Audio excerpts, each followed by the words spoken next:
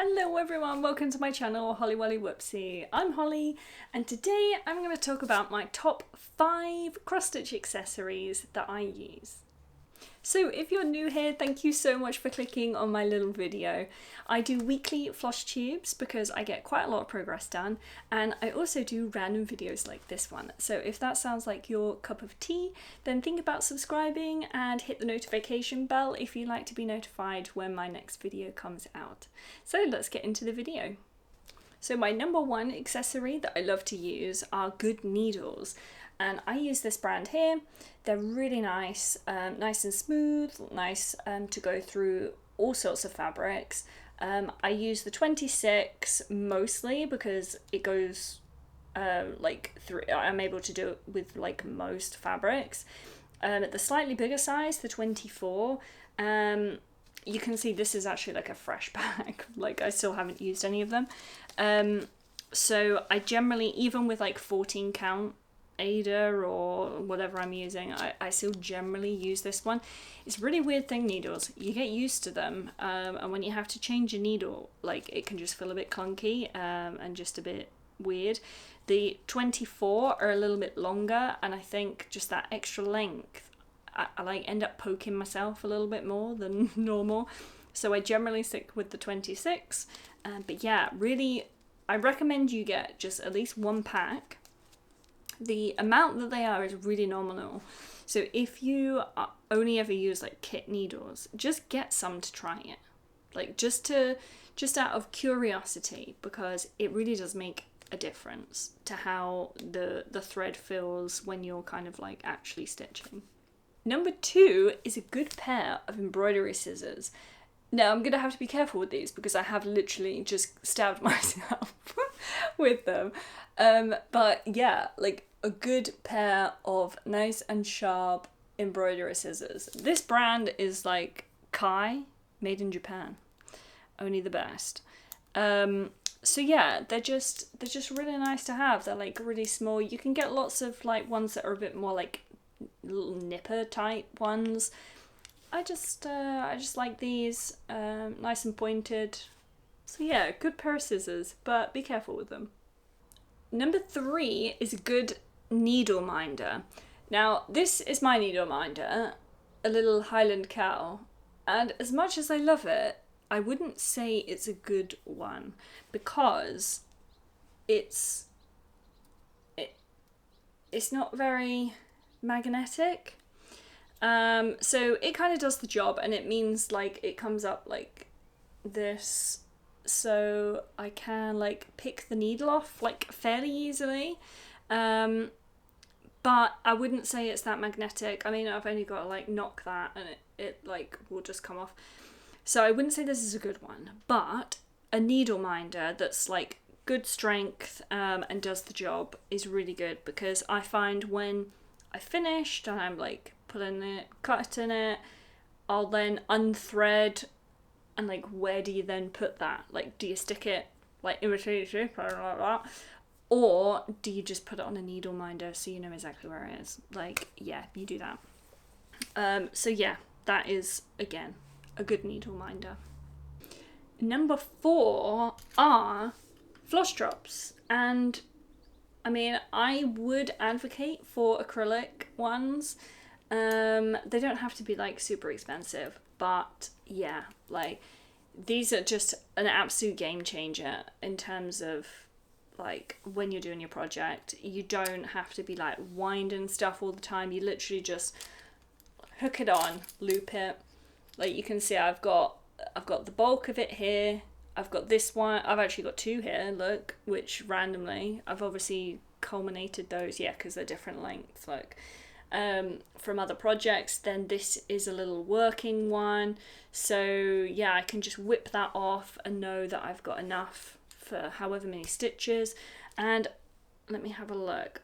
I do put like small amounts on there. Like if you look at this one here, like that's a really tiny piece of thread, but still good. If I need to do something with just a few stitches, I'm gonna pick that one right off and do that. I've also got like proper number I don't know if it's going to focus. I've got like proper numbers that I purchased for these, and I mean, aesthetically, it just looks good.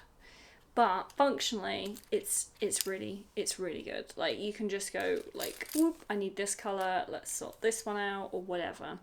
And because it's not my handwriting, and like, it's just easier to understand.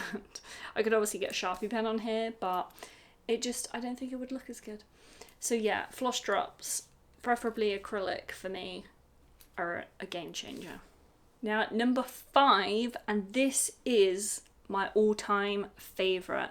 I've only recently got this, and it has completely changed the cross-stitching game for me.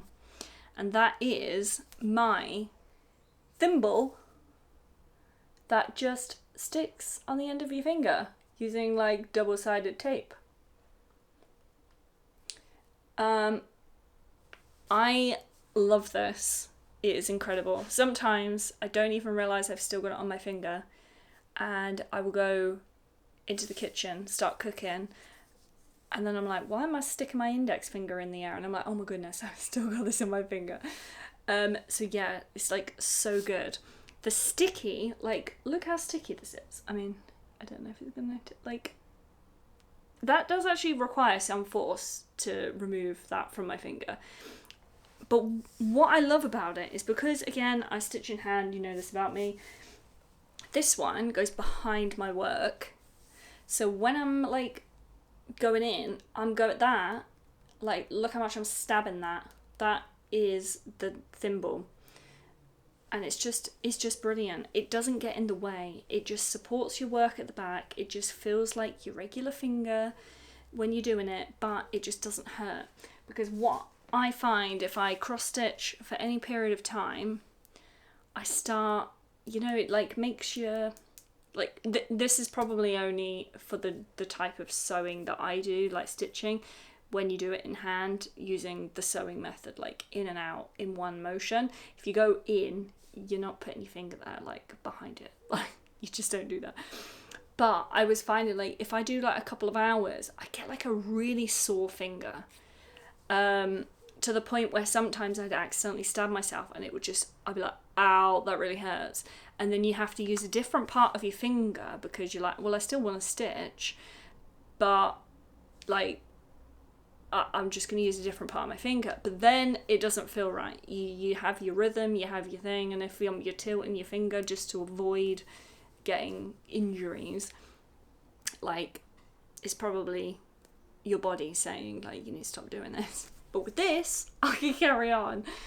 It's the most incredible thing. I can't even remember what the name of it's called. I'll stick a link down below, stick a picture up here, whatever.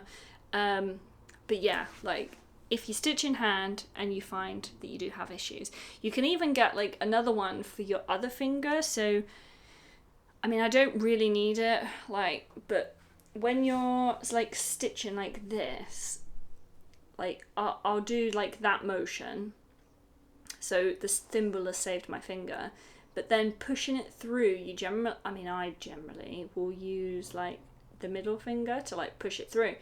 And sometimes that finger can get a little bit sore if I find, to be honest, I actually find it more on this one because the stitches, it's 2/2 on 36 count. The stitches can be, by the time you're doing like the fourth one in there, it can get a bit to push it through. So sometimes that has caused me a little bit of issues.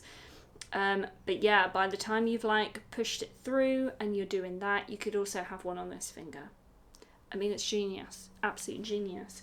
And I think with a full thimble on there, I wouldn't like that. That would just feel like I've got someone else's finger.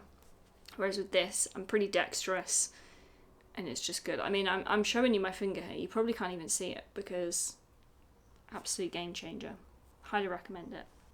And there you have it. My top 5 things that I absolutely cannot stitch without.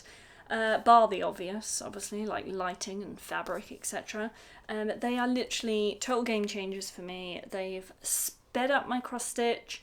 They've prevented me from having finger injuries they're just, yeah. I can't say that about the scissors though, because I literally got a hand injury from that. I just stabbed myself. So thanks for stopping by, thanks for watching, I really appreciate it, and I'll see you in the next video.